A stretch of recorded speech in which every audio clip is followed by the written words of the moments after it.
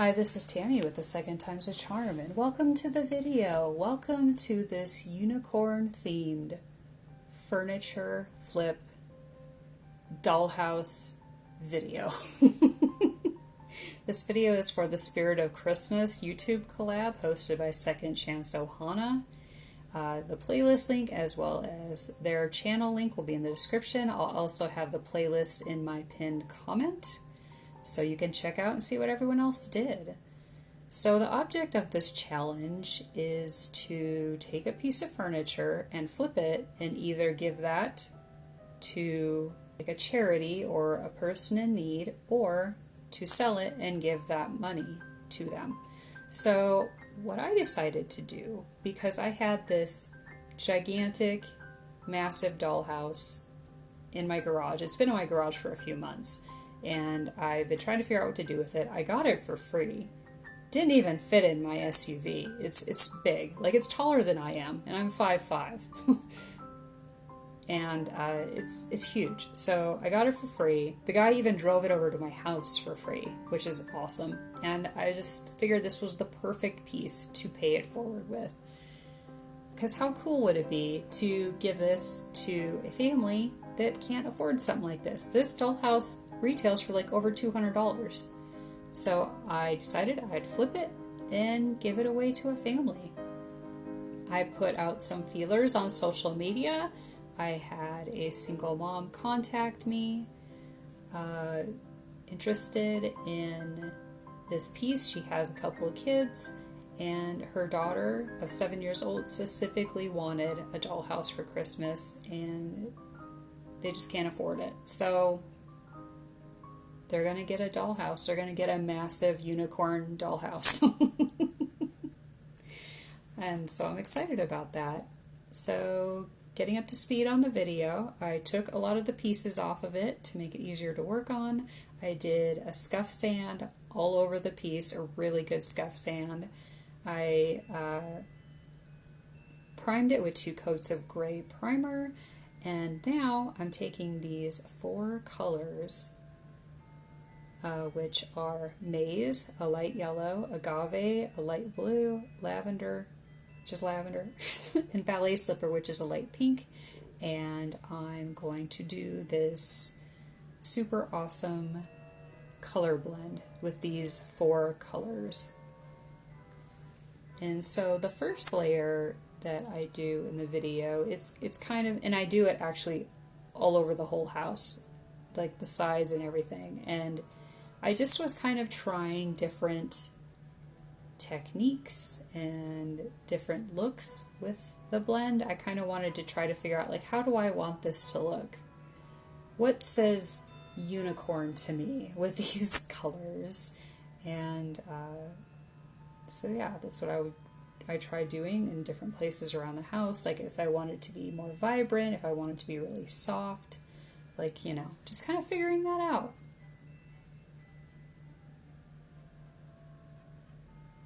And also, I guess, getting my technique down for the way I did want it to look.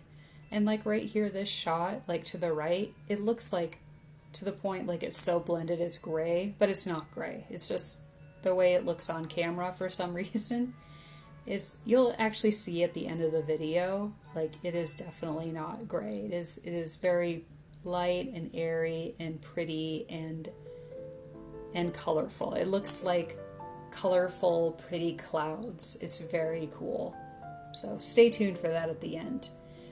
So this method that I am doing, which, if by the way you want to see a very detailed step-by-step video on how I do this color blending with this many colors, let me know in the comments. And then see on the top part, you can tell that I kind of left it darker there and didn't blend it as much. So the way I do end up going is kind of the way it was in the middle, very light and airy. And I also add clear glaze to all of the paints because I wanted to have longer working time, because glaze kind of slows down the drying process, and it also makes it just easier to blend for that kind of effect. So I would just kind of throw on the paint haphazardly And then I would take what I call my smearing brush and just basically go through, go side to side several times, and occasionally spraying water to keep the paint moving. And then I might also do some up and down to kind of bring the paint up a little. And then I would take a dry brush that I would constantly be offloading and go in and like feather it and play with it and just kind of dance it around to get the colors how I want. I kind of think of the process as a bit of the way Kristana blends paint, which this is a clip from the first video I ever watched of Kristana's, and she's amazing. I love her, and I love her color blending. And I also think my feathering and everything is a lot like Bob Ross. So I feel like my technique is a little bit a cross between myself, Kristana, and Bob Ross, which, I don't know, I feel like I'm in good company there. So, again, I'm just kind of throwing up the paint every which way, all these different like shapes and whatever, no rhyme or reason, spraying water on it, taking my smearing brush, which I would offload occasionally if I got too saturated and was starting to turn green, because the paints were turning a green color when they were mixing too much. And I would just kind of go on and do the back and forth horizontal, do a little up and down just to kind of bring the colors up a little bit. And then I would take my dry brush, which again I was constantly offloading to keep it as dry as possible, and that's when I'd go in and do my feathering and do my just kind of playing with the paint, especially the yellow. The yellow is one that can be hard to blend because it's a translucent paint. And so the other colors, it'll kind of just, I don't know, just the way it sits, it doesn't quite blend as easily. So I would just kind of go around and play with the paint, move it around, and just get it that really light, airy cloud look that I was going for. And again, it doesn't look very colorful in this shot, but it definitely is more vibrant in the end shots. And then on the sides, instead of doing color blending on the sides as well, I decided to just paint the sides lavender because I kind of wanted a little bit of a contrast instead of painting the whole entire house in this color blend. And then for the floors, I'll admit the floors were kind of a nightmare for me on this house.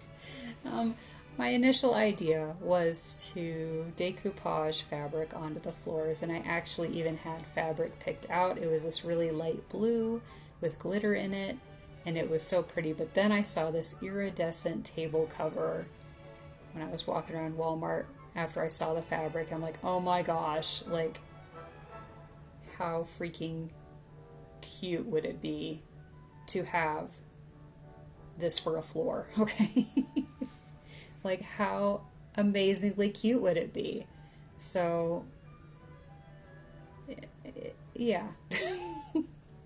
It didn't turn out great. So, I was able to get it stuck on there, and at first I really, really struggled with getting it to lay right. And I even was going to try to leave the napkin, the bottom layer part on it, but that was wrinkling way too easy, so I pulled that apart.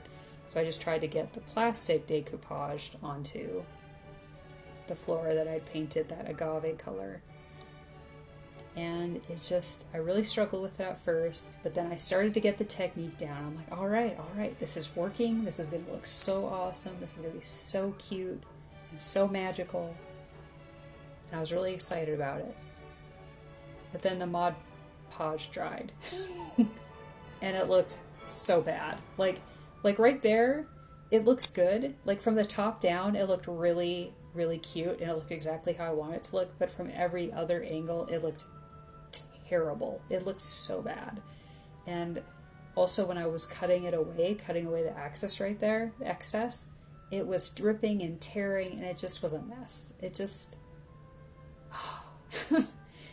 really let me down. So, but I persevered, and I covered it with Mod Podge on top, and then I decided to try glaze to try to save it. So I dumped that bottle of silver paint into my clear glaze and tried to glaze the top of this custom silver glaze. So I just painted it on and just dabbed it with this kitchen sponge to, to build up some texture. And also I just kind of wanted to let that iridescent still kind of show through. I didn't want to completely cover it. So that's what I did. Well, after that dried, I still didn't like it. So then I added a little bit of this agave color, which is what I used to paint the floor. And so now this custom glaze is silver and agave and clear glaze. And I just did the same technique. I brushed it on, I dabbed it with the same sponge, and that worked. It actually seemed to make the floor look way better. It didn't look exactly how I planned it to look in my head, which was supposed to be glittery and magical, and it does still have some kind of a glitter look to it because of the silver paint, but not quite like I had in mind. And then I did Mod Podge over top of that to seal the floor. So I also decided I wanted to use this trim for a couple of reasons. One, it's just adorable. It's amazing, and I just thought it would make it look even more whimsical than it already did, and I don't really think you can get too whimsical with a unicorn-themed dollhouse. So I wanted to use it for that. I also wanted to make sure that that tablecloth wouldn't lift. Like if I didn't get it completely sealed down on the edges, that it wouldn't lift. So this was to ensure that it wouldn't lift and also to make it look super, super cute. So I just went and hot glued that around all the edges, and then I was done. I did do wax on I am going to do wax rather, on all the sides and the spots where I painted. By the way, I just ran out of time for the video.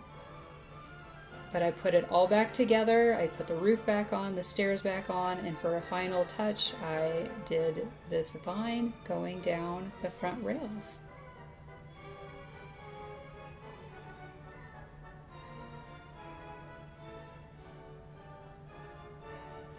And I just think it came out so amazingly cute and pretty and lovely. And I just really look forward to delivering this house to that family next week for Christmas. I think it just came out amazing. If you like this video, if you like this flip, please give it a like, share it with your friends, go check out the playlist, see what everyone else did, check out my other videos of doll houses I've done, and thanks for watching.